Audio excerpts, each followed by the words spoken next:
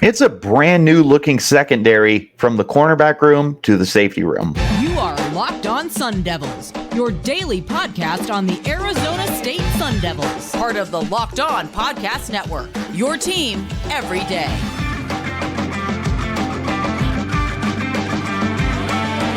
Welcome back to the Locked On Sun Devils podcast, part of the Locked On Podcast Network, your team every day.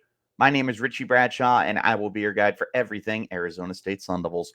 Thanks as always for tuning in and making us your first listen of the day. And a shout out to my everydayers who are here every day. Wherever you're getting your podcast, hit like, subscribe, and turn on notifications so you get an update whenever we post new content. You can stay in touch with the show by following me on Twitter at RichieBrads36 and the podcast at LO_Sun Devils.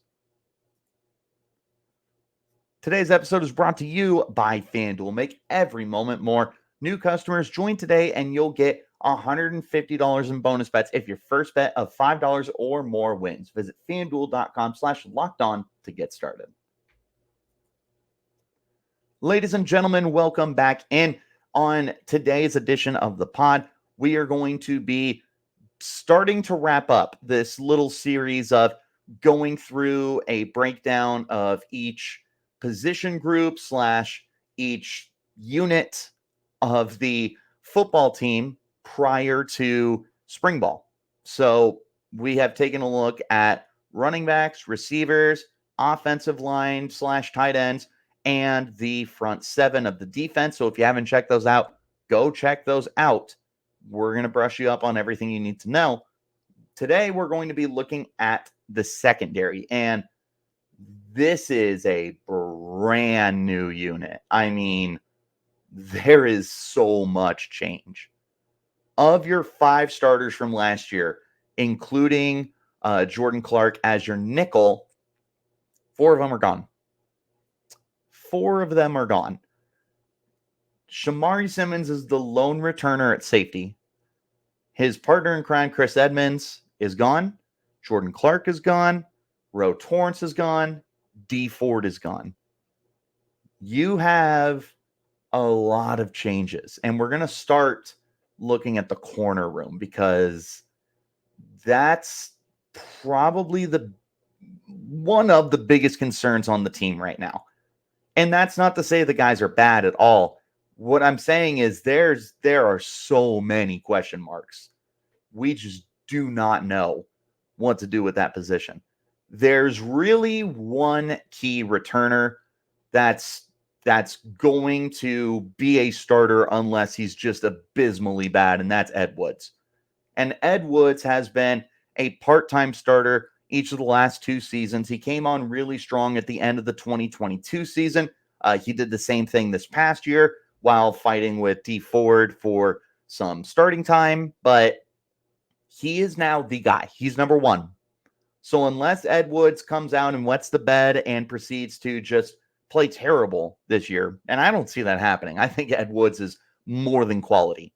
More than quality. I think this is a very good corner. But unless something unforeseen happens, he is the guy. After him is where you have questions. And to me, the next most important person that's returning is Macen Williams. And Williams didn't get a ton of playing time last year, but he is a veteran on the team, and he's a versatile player. And that's something we're going to talk about towards the end of the podcast is versatile guys. But Macen Williams and Ed Woods should be viewed as, until further notice, corner 1 and corner 2, in my opinion. In my humble opinion, that's 1 and 2, until further notice. Now, where it gets interesting is some of the guys that are coming in. So there's 2 big names that go on the outside and 1 massive name that goes on the inside. We'll start with the outside guys. You got Javan Robinson coming in from Washington State and Latterence Welch coming in from LSU. Welch, a former highly recruited kid. Javan Robinson, familiar with the Brian Ward scheme. Both of them are going to have every equal opportunity to start. Like, I can place Ed Woods as a starter until I'm blue in the face. But Javan Robinson and Latterence Welch are going to get the same opportunities that he's going to get. And honestly, I don't necessarily hate that idea. And here's why. Because as much as I love Ed Woods and everything, if he's not starting for you, when I have said that that is a solid player who should be number one no matter what, then that tells me that the guys behind him have shown that they are also capable of, at a minimum, being good enough. That's really all you can ask for in a transition year. This is a really interesting secondary, and the corner position just has so many guys that you can have 1.5 million conversations about. But on the outside, between those four, you can shuffle up any order you want between Woods, Williams, Robinson, and Welch. Then you've got some freshmen that are coming in. You've got some second-year guys. There's all sorts of stuff that's going on at this position. The one thing that you went into this offseason and you were like, man, we got to find a way to replace this guy. And that was Jordan Clark, who was a staple of the defense for the last 3 seasons, transfers to Notre Dame. He is going to be playing on Sundays in the future. Hopefully when he's on Sunday Night Football, he will say Jordan Clark, Arizona State, and Notre Dame or something like that. I don't know. Just give us a shout out. Remember your origins, Jordan. Love you to pieces. Wish you never left. But they went out and they got Cole Martin. And Cole Martin is a former 4-star and like really good 4-star coming out of high school in Arizona. So he's a local kid, very talented player, played 1 year at Oregon before he decided to come back home with Kenny. And he's good. He was really good at Oregon last year on a very good Oregon defense. And he's going to be a plug and play. This is probably not maybe, I would say probably, if not guaranteed, the best player in the secondary right now. He is the perfect replacement for Jordan Clark. You couldn't have drawn it up any better than to have a guy like Martin who can fit perfectly in the slot and potentially bounce outside if you absolutely need him to. Now with Jordan Clark, he was a player who could play safety as well as nickel. I'm not going to sit here and pretend to tell you that Cole Martin can absolutely do that. I don't know. I haven't seen it. What I do know is he can play the slot at a very high level, and you can bounce him outside if you need to. That's all the versatility I need for you to tell me that he's a good player. Now, some other names that are really interesting. Keontae Bradley and Keith Abney are coming back for their second years. Abney did not redshirt. Bradley did redshirt. So Abney was able to actually get on the field several times throughout the year. I do remember seeing him. He's someone that I think you're going to flirt with potentially flexing around. Now, Keontae Bradley came out as a corner. I imagine they're probably going to continue working him as a corner, but just throw him in that room of all the competition. And you got a bunch of freshmen coming in. There's 3 big names that I'm taking a look at. The first one, if you listen to this podcast, you know I'm big on this kid, is Chris Johnson Jr. coming out of Texas. He's a national champion, really high 3-star kid. This is a very quality football player who, at a minimum, will be a part of the future. I don't know if he gets on the field as a freshman, but in 2 or 3 years, I feel so positive that we're going to know who Chris Johnson Jr. is. Very, very positive about that. Tony Lewis and Cuba is the highest rated corner that's coming in for Arizona State. Rodney Bamaj is another corner that's coming in. And then there's the interesting case of Plas Johnson. Now, Johnson on 24/7 for their recruiting cycles and profiles and everything has him as a wide receiver. The Sun Devils team website has him as a defensive back. I knew he was an athlete, but it's really interesting that you have 2 pretty reliable sources, one of which is the literal team website that is contradicting what position he's going to play. Now, 24/7 is recruiting, all that good stuff. So obviously they're not going to have final say, but that's the way they saw him coming out, and Arizona State sees it as a completely different thing. Could he be a 2-way player? Who knows? All I know is on the team website, he's listed at defensive back, and when spring practice rolls around, we're going to be paying attention to see where he ends up lining up the most, how he looks, and all that good stuff. But a really interesting storyline here is, where is Plas Johnson going to line up for this team? There's a lot of guys here to sort through. And there's a lot of safeties too, but we'll get to the safeties in a second. As far as corners go, man, like, you feel terrific about Cole Martin being just slotted immediately into the nickel role. On the outside, I really, really, really like Ed Woods, and I don't see any reason to not like Ed Woods because he has played very well when he has gotten onto the field. And it's not in part-time stuff. When he's gotten starts for the Sun Devils, he has played good football. So I feel very confident with Ed Woods and with Cole Martin as of now. What you do after that, very, very interesting to see how it plays out. Who does what? Is it a rotation of guys? Is someone going to solidify? Do these guys get bounced around to different spots? Like Macen Williams is a defensive back. If he doesn't win the starting corner job, is he a safety? I don't know. But the corners are going to be perhaps the most interesting positional battle because we have no idea what's going on. Now, with like running back, it's really, really interesting, but we have a pretty good idea.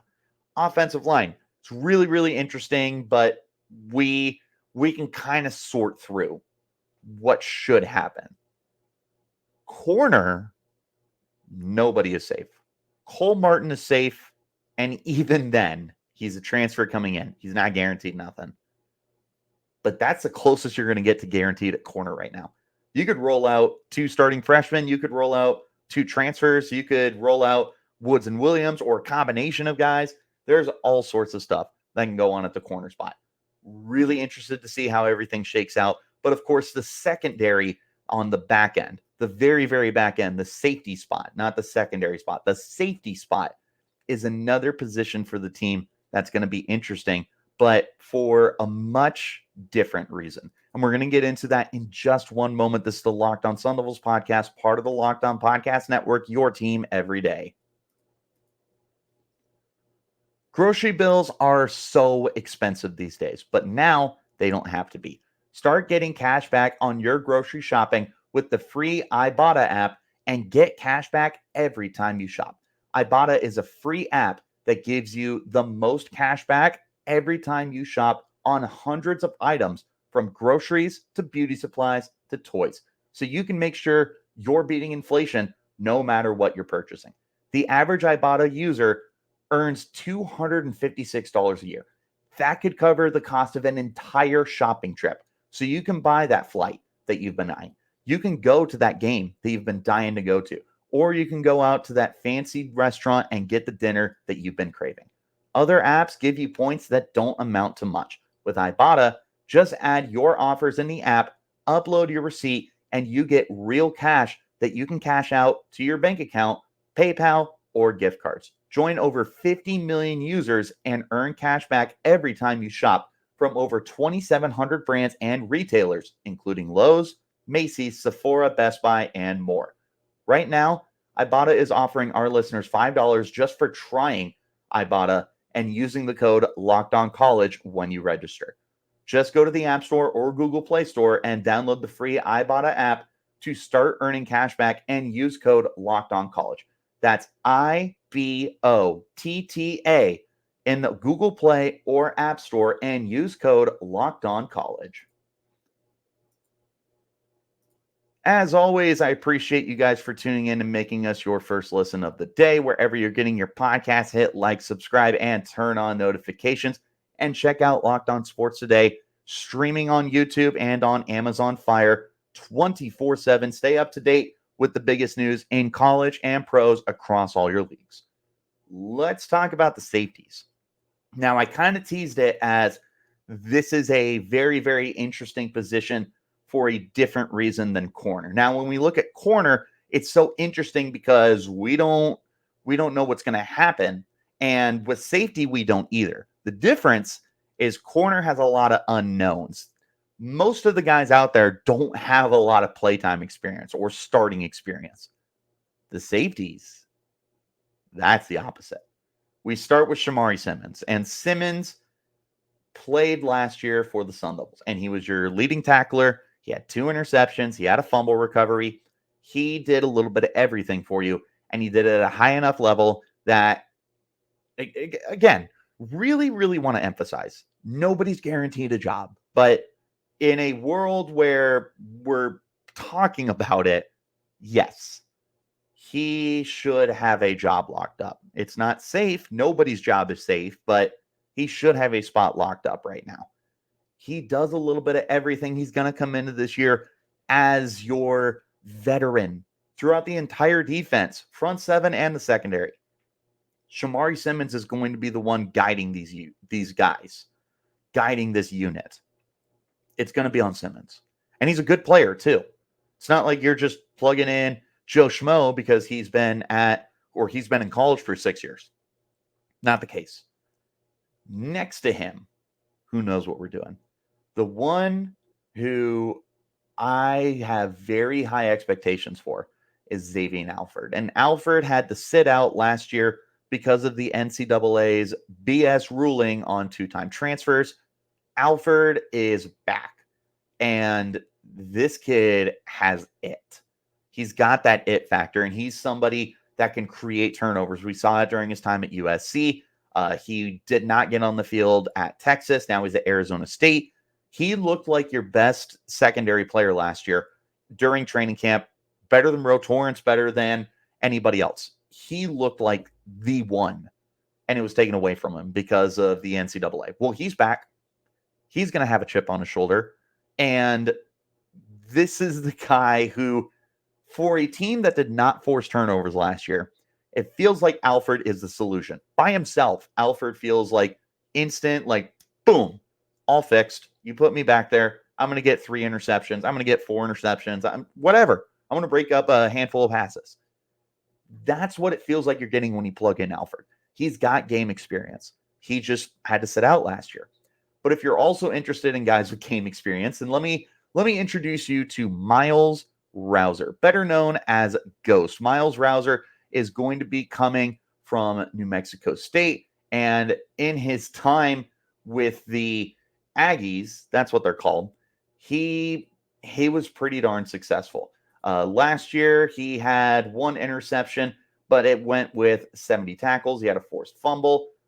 He flew around the field. He did that previously as well at, Campbell, which is in CAA.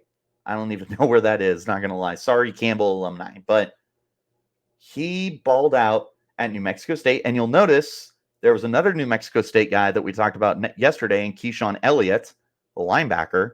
If you want to know what I had to say about him, check it out. Those two could potentially start together. Very real possibility. And there's instant chemistry plugged into that defense. But Ghost can start by himself. Ghost is actually one of the guys that I am most intrigued with going into this year. That'll be another thing I'll have to take a look at, is guys I'm most intrigued by entering the offseason. But Myles Rouser, I don't know. I look at him and it just feels like there's something there. And you've got him for at least 2 more years. I don't know if he's a full-time starter. I don't know if he's a full-time player this year. But I do think that this is going to be somebody that we're going to be used to seeing come next year or whatever. But also would not surprise me if that was this year. Really interesting one is Kamari Wilson. Wilson was a former really high 4-star transfer from Florida. The thing that's interesting is he's not on the team's website right now. He's still listed as a transfer on 24/7 Sports, which I think is still very, very, very, very, very reliable. But the team website doesn't have him. Although this was a very similar situation to last year where Deshaun Mallory wasn't listed on the team's official website for the longest time, even though he was transferring to the program. So until further notice, I'm going to be under the assumption that Kamari Wilson's playing for this team just because it was the same situation that Deshaun Mallory went through. And if that's the case, then you just added a former super duper high 4-star / potential 5-star player wherever you're looking at your recruiting outlets. That's pretty good. He did not see the field very much at Florida for a variety of reasons, but the biggest would probably be because of the amount of depth that Florida has consistently in the secondary. They're one of those teams that just grows guys on trees. Wilson wasn't able to get on the field, is what it is. A couple of freshmen that are coming in are Keon McDonald and Martell Hughes. Don't know if we should have any expectations for them. I don't know if it would be fair to go into the year and say, hey, you need to come in and be a full-time player or even a special teams guy. There was a lot of redshirt freshmen last year. I imagine you're going to see it again this year. Safety, it feels pretty locked in that these two will be redshirting. And speaking of redshirt freshmen, ladies and gentlemen, one of the darlings of the Locked On Sun Devils podcast, Montana Warren, is back and healthy. And like I said with Alford about being the best player in the secondary when he was on the field, Montana Warren was pretty good. I won't put him in the same atmosphere of Alford, but you'd be hard-pressed to find 5 guys that were playing better than Montana Warren was during training camp. I mean, it's another versatile dude, and we're going to talk about him in even more detail here in a minute, but he's going to add a wrinkle to this as well. Right now, I see like 4, maybe even 5 guys that you're going to rotate in at the safety spot. And you're going to be looking for some guys to be able to be a little more versatile. You want to see players like Shamari Simmons maybe take on different roles. I don't know if he does do that, but thankfully you've got others who can. But how do you get guys behind Simmons involved, like the younger guys like Montana Warren, like Kamari Wilson? How do you get them involved? That will be very telling. And with the ridiculous amount of depth that you have at safety, I feel like you could roll out any combination of guys and I'd be like, yep, that's still one of the best positions on the team. You could roll out Simmons and Alford, which is my way too early prediction. I'd be like, yep, looks great. You could roll out Rouser and Alford. I'd be like, yep, looks great. You could roll out X and Y. Any of those 5 safeties, the main 5 guys. And I'd be like, yep, looks good. Like 100%. I really think that this safety spot is just a terrific locker room right now. There's so many high upside guys. There's so many proven guys. It's not just potential here. When you've got Rouser, Simmons, Alford, who have proven success, it's also high upside with Kamari Wilson, with Montana Warren. Xavion Alford also fits that bill as someone who's just got upside through the roof. There's a lot to like here at the safety spot. And we will go into camp with the assumption that this is going to be one of the best units on the team in 2024. Certainly one of the best entering training camp. But more than anything right now, what the Sun Devils are going to need desperately is versatility in that secondary. You had it last year with guys like Jordan Clark. Who's going to be that this year? We're going to talk about it in just one moment. This is the Locked On Sun Devils podcast, part of the Locked On Podcast Network, your team every day. Get buckets with your first bet on FanDuel, America's #1 sportsbook. Right now, new customers get $150 in bonus bets with any winning $5 bet. That's $150 if your bet wins. Bet on all your favorite NBA players with teams like quick bets, live same-game parlays, exclusive props, and more. Just visit FanDuel.com/lockedon and shoot your shot. FanDuel, official sportsbook partner of the NBA. One more time, thanks as always for tuning in and making us your first listen of the day. A shout out to my everydayers who are here every day, wherever you're getting your podcast. Hit like, subscribe, and turn on notifications. Let's wrap this up with an interesting conversation, and that is who's got versatility to play all around this defense. And there are a small handful of guys that I have highlighted here as potential versatile players. One of them is kind of a question mark for me, and that's Simmons. It's Shamari Simmons. The only reason it's a question mark is I just don't know if he's ever played multiple positions. Last year, sure, he flexed all over the place, but he was a safety. The guys I'm going to highlight could be multiple positions. So I'm curious with Simmons, especially because of the depth at safety, I think you're going to see a lot of guys playing multiple roles. Simmons would be the top of my list.